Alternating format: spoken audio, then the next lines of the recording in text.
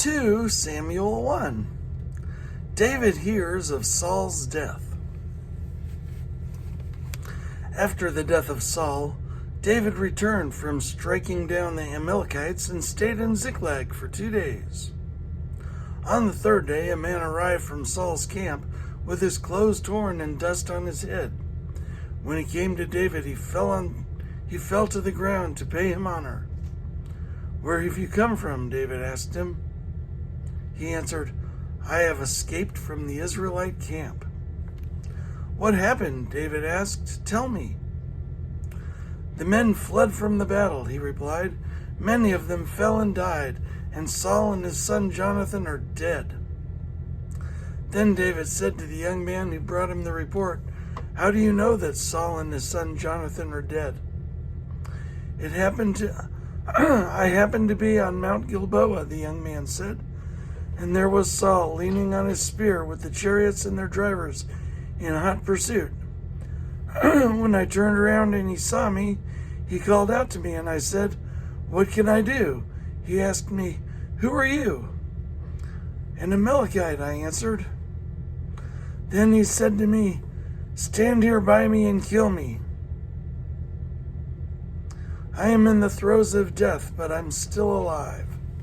So I stood beside him and killed him, because I knew that after he had fallen, he could not survive. And I took the crown that was on his head and the band on his arm, and have brought them here to my lord." Then David and all the men with him took hold of their clothes and tore them. They mourned and wept and fasted till evening for Saul and his son Jonathan, and for the army of the Lord, and for the nation of Israel, because they had fallen by the sword. David said to the young man who brought him the report, "Where are you from?" I am the son of a foreigner, an Amalekite," he answered. David asked him, Why weren't you afraid to lift your hand to destroy the Lord's anointed?" Then David called one of his men and said, "Go, strike him down." So he struck him down, and he died. For David had said to him, "Your blood be on your own head. Your own mouth testified against you when you said, 'I killed the Lord's anointed.'" David's lament for Saul and Jonathan. David took up this lament concerning Saul and his son Jonathan, and he ordered that the people of Judah be taught this lament of the bow. It is written in the book of Jashar. "A gazelle lies slain on your heights, Israel. How the mighty have fallen.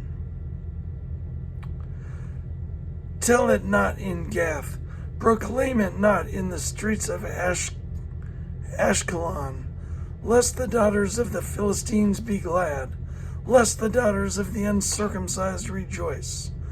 Mountains of Gilboa, may you have neither dew nor rain. May no showers fall on your terraced fields, for there the shield